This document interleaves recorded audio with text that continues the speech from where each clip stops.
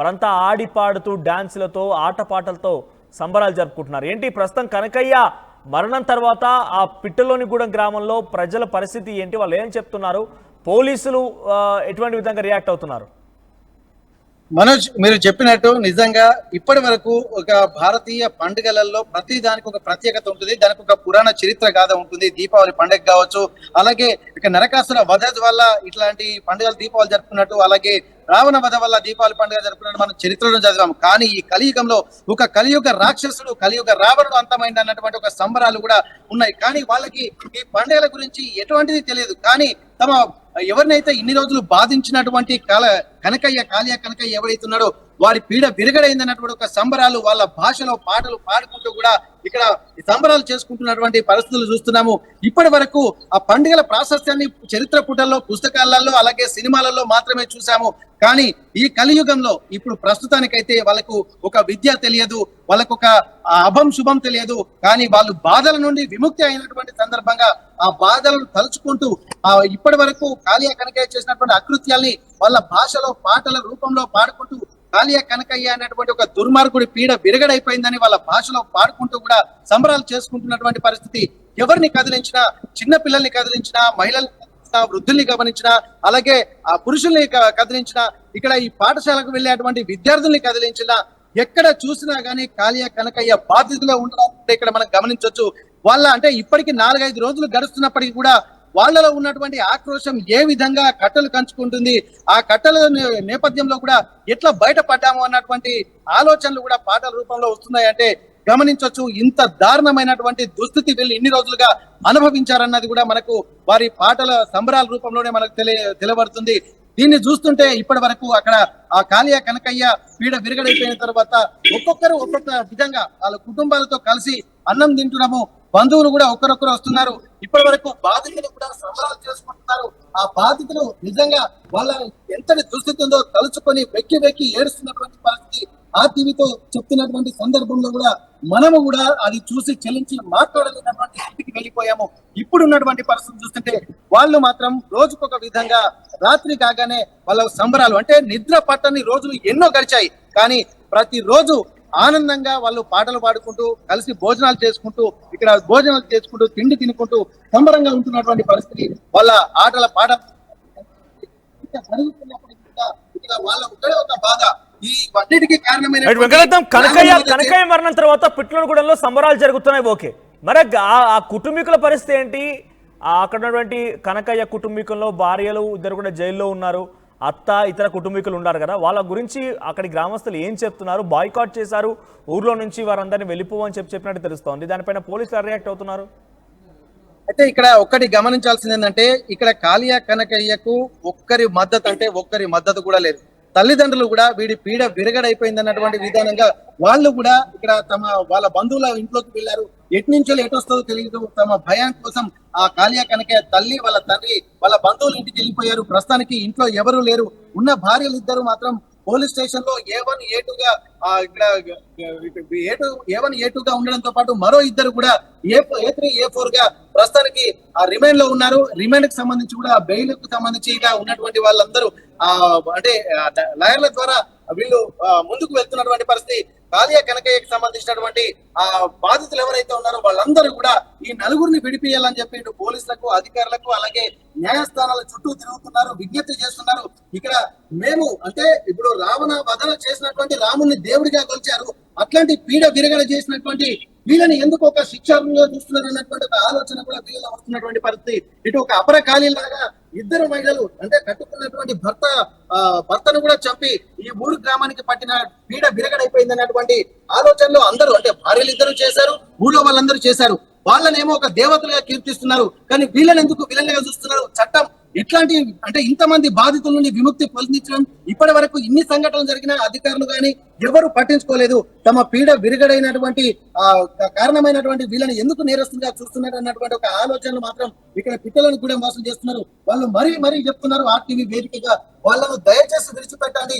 ఇంతమందికి ఒక మాన రక్షణ నుండి, ప్రాణ రక్షణ నుండి, ఒక విద్యా రక్షణ నుండి ఇంతమందిని విముక్తులు చేసినటువంటి వాళ్ళను మాత్రం అక్కడ వెంటనే విడిచిపెట్టాలన్నటువంటి ఒక విజ్ఞప్తిని కూడా ఇక్కడ ప్రభుత్వానికి, పోలీస్ అధికారులకు, అలాగే ఇక్కడ న్యాయవాదులకు కూడా చేస్తున్నటువంటి పరిస్థితి. దీన్ని దృష్టిలో పెట్టుకుని మానవతా దృక్పథంతో అంటే ఒకవేళ వదిలిపెట్టినంతవే ఇన్ని అకృత్యాలు జరిగాయి, ఒక 6 మందిని హత్య చేశాడు, అత్యాచారం చేశాడు, చంపినటువంటి వాళ్ళ రక్తం తాగాడు, ఇట్లాంటి నరరూప రాక్షసుని ఇక్కడ మళ్ళీ ఇక్కడ ఎవరైతే విముక్తి కలిగించారో వాళ్ళను మాత్రం ఎందుకు శిక్షిస్తున్నారు అన్నటువంటి కోణంలో మానవతా దృక్పథంతో ఇక్కడ ఆ ప్రభుత్వాలు చేయలేనటువంటి పనిని వీళ్ళు చేసినందుకు ఇక్కడ మేము గర్వపడుతున్నాం తప్ప ఎక్కడ బాధపడట్లేదు. కానీ ఎవరైతే దానికి అంటే హత్య చేయడానికి ఒడిగట్టారో వాళ్ళు మాత్రం అనేక చిత్రహింసలు పడుతున్నారు పోలీస్ స్టేషన్లలో, అలాగే రిమైండ్ లో ఉండి వెంటనే మానవతా దృక్పథంతో వాళ్ళని విడుదల చేయాలని చెప్పి ఒక విజ్ఞప్తులు కూడా చేస్తున్నటువంటి పరిస్థితి. ప్రస్తుతానికి వాళ్ళ తల్లిదండ్రులు మాత్రం ఇక్కడ పక్కనే వాళ్ళ బంధువుల ఇంటికి వెళ్లి తలదాచుకుంటున్నటువంటి పరిస్థితి. ఈ బంధువులు అంటే తల్లిదండ్రులు కూడా తల్లి బాధితురాలు అలాగే తండ్రి కూడా గతంలో వెళ్ళి చేసినటువంటి అకృత్యాలకు పోలీస్ స్టేషన్ కి వెళ్ళి నా కొడుకుకు నాకు ఎలాంటి సంబంధం లేదన్నది కూడా వాళ్ళు చెప్పినటువంటి పరిస్థితి. ఇవన్నింటినీ దృష్టిలో పెట్టుకొని కనకయ్యకు ఒకరిని మద్దతు లేదు కాబట్టి అందరి అభిప్రాయాల్ని వాళ్ళ యొక్క పరిస్థితులను దృష్టిలో పెట్టుకొని ప్రభుత్వాలు తక్షణమే స్పందించి వాళ్ళను విడుదల చేయాలన్నటువంటి ఒక విజ్ఞప్తిని కూడా ప్రభుత్వాలకు చేస్తున్నటువంటి మనోజ్. రైట్ వెంకటరత్నం. సో జనగామ జిల్లా పిట్టలోనిగూడెంలో ఒక కిరాతకుడు, ఒక కామ పిశాచి కనకయ్య మరణం తర్వాత అక్కడి గ్రామ ప్రజలు మొత్తం కూడా సంబరాలు జరుపుకుంటున్నారు. అక్కడ డాన్సులు చేస్తున్నారు, బతుకమ్మ ఆటలు ఆడుతున్నారు. రావణ వర జరిగిన తర్వాత సంబరాలు జరుపుకున్నట్టుగా అక్కడ కూడా సంబరాలు జరుపుకుంటారు. అంటే ఎంతలా అర్థం చేసుకోండి, గ్రామంలో ఒక్కడంటే ఒక్కరు కూడా కనీసం ఈ కనకయ్యకి సపోర్ట్ చేయడం లేదు. అంటే ఎంతటి నీచమైన నికృష్టమైన పనికి ఈ కనకయ్య ఒడిగట్టుంటాడు. 40 మంది మహిళలు బాధితున్నారట, ఇంకా బాధితుల సంఖ్య పెరిగే అవకాశం ఉంది. అక్కడి ప్రజలంతా కూడా భయభ్రాంతులు ఉన్నారట. బయటికి వెళ్ళాలంటే కత్తులు, కొడవళ్ళు, గొడ్డళ్ళు పట్టుకొని తమ ప్రాణాన్ని రక్షించుకోవడం కోసం బయట తిరుగుతూ ఉండేవారట. కనకయ్య ఎటువైపు నుంచి వచ్చి తమపై పడి దాడి చేస్తాడో కూడా అనే రకంగా భయపడి ప్రాణాలు అరచేతిలో పెట్టుకొని బతికారు. కనటకలకి తన భార్యల చేతిలో కనకయ్య హతమయ్యాడు. కనకయ్య హతమైన తర్వాత రావణ వధ లాంటి ఒక సంబరాలు అక్కడ జరుగుతూ ఉన్నాయి. పిట్టులను కూడా మొత్తం కూడా సంబరాల్లో మునిగి తేలుతుంది. ఒకసారి విజువల్ చూడండి. సేమ్ టైం ఆర్టీవీతో ఎక్స్క్లూసివ్ గా అక్కడి గ్రామస్తులు మాట్లాడుకొచ్చారు. ఈ నీచమైనటువంటి నికృష్టమైనటువంటి కనకయ్య గురించి వారంతా చెప్పుకొచ్చారు. సో చనిపోయిన వ్యక్తి గురించి ఇంతలా మాట్లాడడం బహుశా పొరపాటేమో, కానీ డెఫినెట్ గా మాట్లాడాల్సిందే. ఇటువంటిది ఇంకోటి పునరావృతం కావకూడదు అని అంటే కనుక కనకయ్యని పదే పదే మన ప్రజల్లోకి కనకయ్య లాంటి ఒక దుర్మార్గులకు ఎటువంటి శిక్ష పడుతుంది, కనకయ్య లాంటి దుర్మార్గుని సమాజం ఎలా చూస్తుంది, కనకయ్య లాంటి కొంతమంది వ్యక్తులు, అలాంటి దురాలోచన కలిగిన వ్యక్తుల్ని సమాజం ఎలా శిక్షిస్తుందనేది మాత్రం అందరికి తెలియాల్సిందే. ఒకసారి మీరు కూడా కనకయ్య ఒక కామ పిశాచి, వాయు వరుస లేనటువంటి ఒక దుర్మార్గుడు, అక్క, చెల్లి, అమ్మ, అత్త ఎటువంటి వాయు వరుసలు లేకుండా వారి పైన అత్యాచారాలు చేసి వారిని ఇబ్బందులకు గురి చేసేవాడట. అటువంటి నికృష్టుడిని ఆల్రెడీ చనిపోయాడు. ఇటువంటి వాళ్ళని ఎలా చేస్తే బాగుంటుందని కామెంట్ చేయండి. ఏకంగా భార్యలే ఆయన హతమార్చారు. ఒకసారి ఆ గ్రామస్తులు ఎలా ఫీల్ అవుతున్నారు, గ్రామస్తుల వర్షన్ ఎలా ఉంది, ఆర్టీవీతో మాట్లాడుకొచ్చారు. వారి మాటలు వినండి.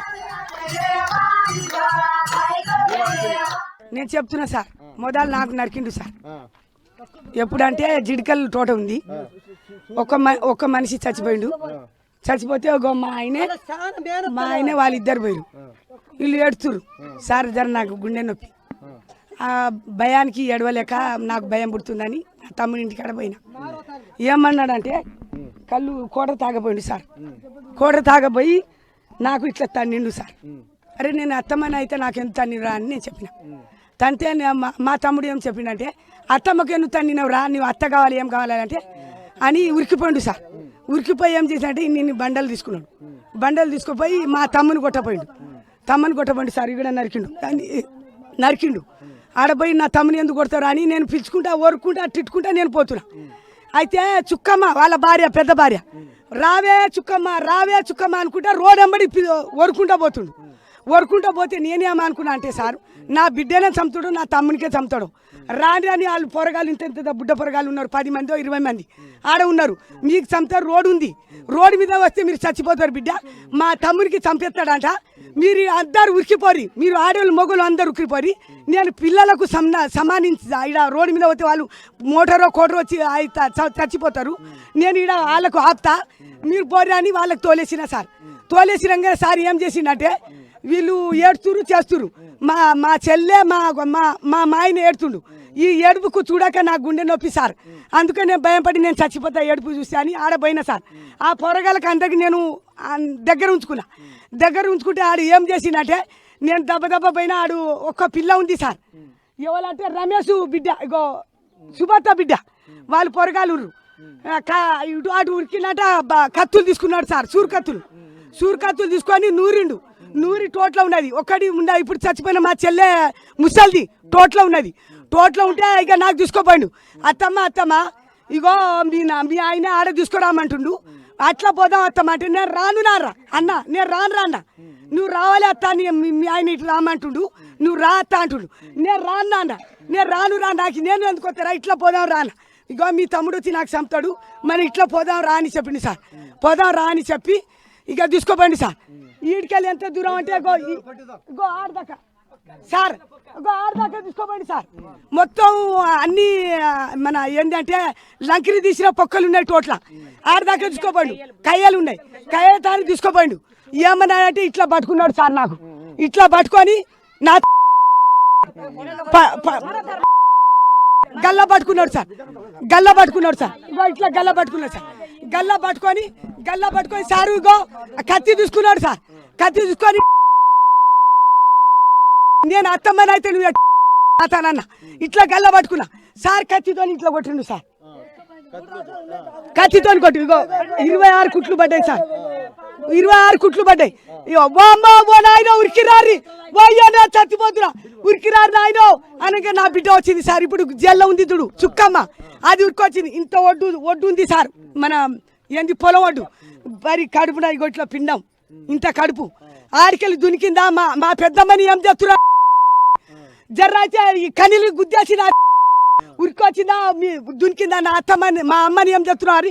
ఉరికి రాగానే ఇడిచిపెట్టి నా బిడ్డను కనీలు పెరిగి దునికి నా బిడ్డను తీసుకొని వెళ్ళిపోయింది సార్. ఇక నాకు సోయి బదిలింది సార్, నా బిడ్డను తీసుకొని వెళ్ళిపోయింది, నాకు చంపి కొట్టి. ఇక నా తమ్ముడు మా ఆయన ఉరికొచ్చి నాకు తీసుకోపోయి సార్. బల రక్తం పోయింది, నాకు సోయి బదిలిపోయింది సార్. ఇక నేను ఎట్లా పోయినో నాకు తెలియదు. ఇక వాళ్ళు తీసుకుపోయి కుట్లు వేపించారు. అప్పుడే జైల్లో పెడదామంటే సార్ వాడు దొరకలే, వాడు దాగిండు. అట్లా 2-3 నెలలు అట్లా దాగిండు, 2-3 సంవత్సరాలు దాగినాక వాడు దొరకకుంటే అందరూ కోపం సల్లారికి వచ్చిండు సార్. ఇంకా ఏంది ఇంత దారుణమైన సిచ్యువేషన్ ఏంది అసలు సార్? నేను ఏం చేసినా అంటే షికారి పోతా అని, షికారి పోయిండు సార్. షికారి అత్తమ్మ షికారి పోతా ఉచ్చులు పెడతావురా అని చెప్పిండు, తీసుకుపోయిండు సార్. అడవిలో తీసుకుపోయిండు, ఉచ్చులు పెట్టినాం. 7-8 అవుతుంది. బాయిలోళ్ళు ఉన్నారు, బాయిలోళ్ళు చూస్తుండు. ఉచ్చులు పెడితే ఎత్తుకపోతారు అత్తమ్మ. వాళ్ళు పోయినాక ఉచ్చు పెడతాం సార్ అత్తమ్మ అని చెప్పిండు. అయితే ఉచ్చులు పెట్టి సార్ 7-8 గంటల రాత్రి ఉచ్చులు పెట్టినాం. ఉచ్చులు పెట్టి ఏం చేసిన, ఉచ్చులు పెట్టి ఇక పోదామని, ఇక కాలువ పట్టుకొని పోదామా అని వాళ్ళు కూడా ఇట్లా పోదామని నేను చెప్పిన. అయితే నేను పెట్టారు, అత్తమ్మ గిట్ట ఈ బాట ఎమ్మడి పోతావు అత్తమ్మ అన్నాడు. ఎందుకురా ఈ బాట ఎమ్మడి పోదావు రా అని నేను చెప్పిన సార్.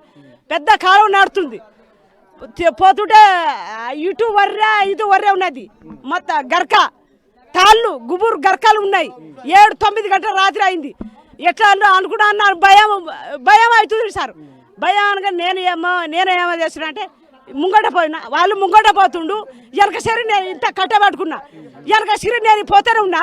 పోతా ఇట్లా ఒరిగిండు సార్. అయినా పోతా ఇట్లా ఒరుదును అంటే ఆ ఒరిగిన కట్టె ముల్లో ఇరుగుదునా అని ఇక పక్క పాటు ఇట్లా జరిగి నేను ముంగట పోతున్నా.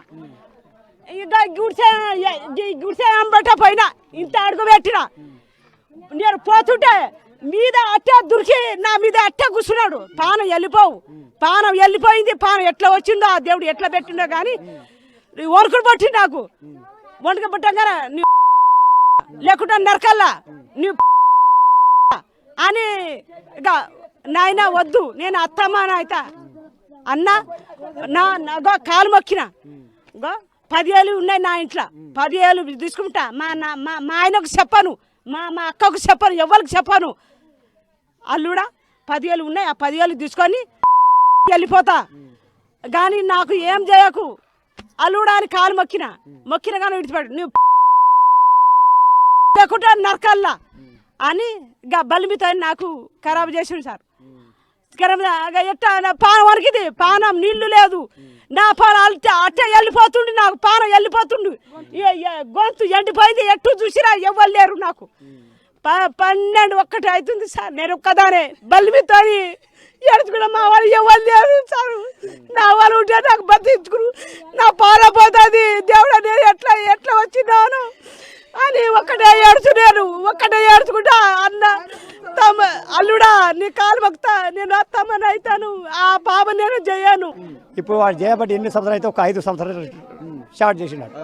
అక్కడ ఒక అక్కడ రేపు చేసి ఆడసాం బిడ్డ రేపు చేసిండు, కొట్టిండు బాగా కొట్టి మన చేతి ఘోరం కాదు పరేషన్ ఆడ చేసిండా సార్. మరి ఈ దుబ్బాకల ఆ దుబ్బాక ఆడ చేసి ఆడ రేపు చేసిండు సార్. ఆడ కూడా రేపు చేసి ఎట్లా చేసిండు అంటే వాడిని ఘోరం బతుకు చేసిండు. అయితే సెల్లులు చూసిన అక్కడ వస్తే మేము గట్టిగా పట్టుకుందాం మా మనసులో ఉన్నది. అరే చెప్పురా ఎవరు ఉంటే వాడిని పట్టుకురా అంటే పలానా బట్టి చెప్పుడు కానీ వాళ్ళు కేర్ చేయలేదు సార్. మాకు బాబీడు ఎట్లానే ఉన్నాడు అని మాకు ఇక్కడ భయం పడుతున్నాడు. ఇంకో 3 సంవత్సరాల కింద వచ్చిండు. 3 సంవత్సరాల కింద వచ్చి సార్ ఇప్పుడు అది ఎటో పోయింది వెళ్ళి ఇప్పుడు అది రేపు చేసిండా ఫస్ట్ ఈడ వంగరా ఆమెకి